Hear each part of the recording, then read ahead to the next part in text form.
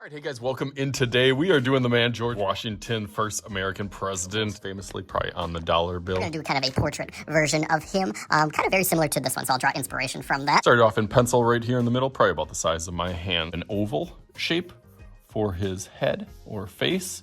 Over that a little bit darker.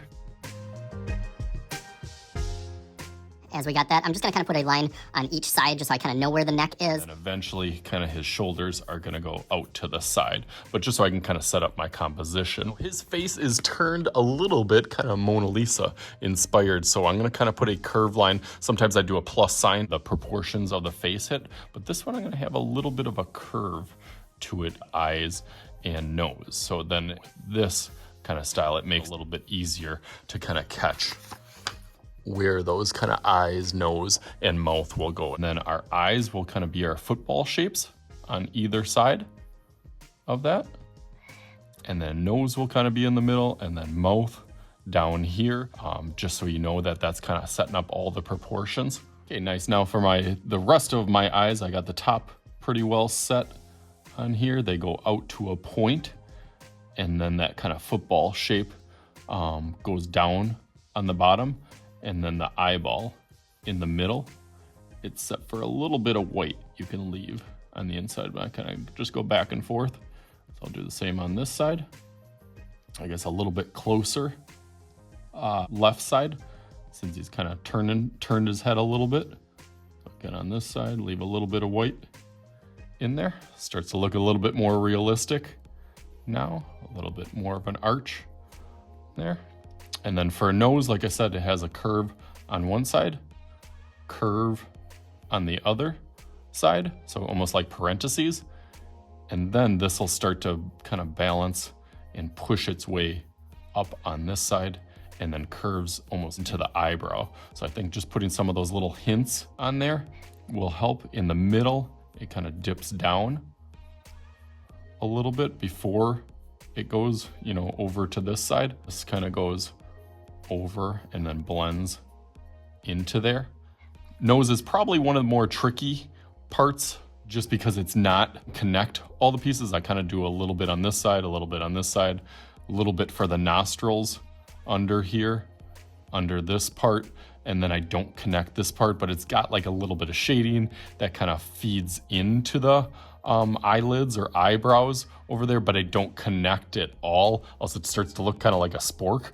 Up to the eyebrow, it can kind of have a little bit more of a shading under there as it kind of stretches out on each side there. Now it's starting to look a little bit more realistic. Usually I do about a pencil length, or kind of like a fingers under your nose is where your mouth kind of hits, right in that middle. And then I do about where the eyes go down, right into that middle. I usually put a little dash on there, and then it kind of goes up, down, up, over, like a stretched out M.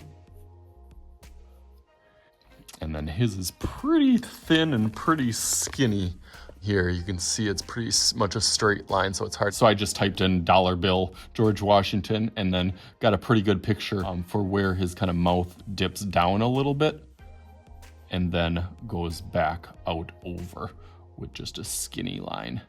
Doesn't have to be perfect in the middle, and already it's starting to look like him.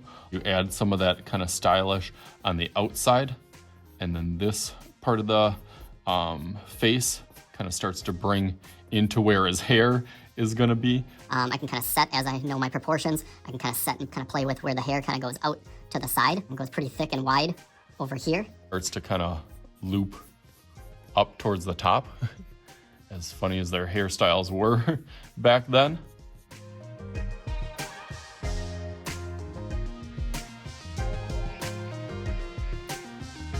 Okay, nice, that's looking good. A little chin on this side as I'll kind of start to come over. Kind of chin and jawline kind of come over with his shirt. Really, yeah, that kind of swoops down and then straight and then down again. And this one kind of mimics the same thing, like his undershirt, but then that collar kind of pops out the side and then goes down and over and then down. Yeah, that's starting to look a little bit more like it. And then right in between that is where that shoulder kind of goes off to this side. And then this one, it kind of follows there, goes down a little bit over and then over to the side. So I guess a little bit higher on this side. It's got kind of some drapes and kind of some shading and etching on this side, but I think we got it pretty good. I'm gonna start thinking about how we're gonna do some of the texture of the hair and then the skin tone on here, but I'm gonna go over this in Sharpie as I'm starting to think about that though. I'm starting to get kind of some of those ideas of how I usually do hair is kind of blocking it out first and then start to see what direction the hair is actually kind of going before I start going over with Sharpie. So I'll do that real quick.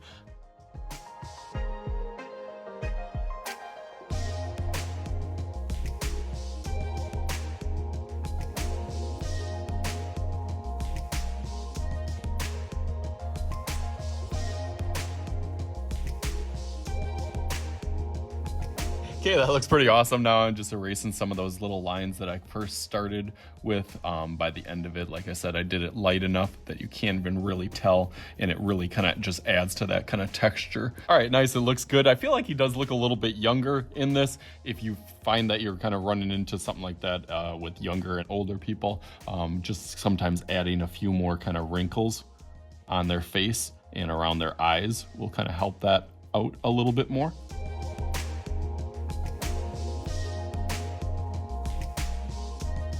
Okay, so there we go. Now we got to do a background and figure out how I'm going to color him in. So let's make a little magic happen. Just like as close as I could, all those little details and designs and little kind of cross hatches inside. Picture here, you can see I really kind of pressed down on my colored pencils, just about to their limit. Just going back and forth, kind of in an X motion, cross hatching, going back and forth multiple times over and over until I could kind of pick out some of those light areas and some dark areas, kind of drapery and outfit that he's wearing in the background. I was doing of trying to make that dark behind him stand out and push myself a little bit darker as it gets closer to his face, and then kind of blend it out to kind of the green of the dollar bill as it goes to the outside. I thought it turned out really, really good. I definitely spent some time on this, a little bit longer than I usually do, but I thought it was worth it. So hopefully you guys enjoy some of those details and that effort that I am putting in, that you guys can put in also. As always, I am Mr. Shooty. This is Mr. Shooty's Art Channel. We'll talk to you guys later.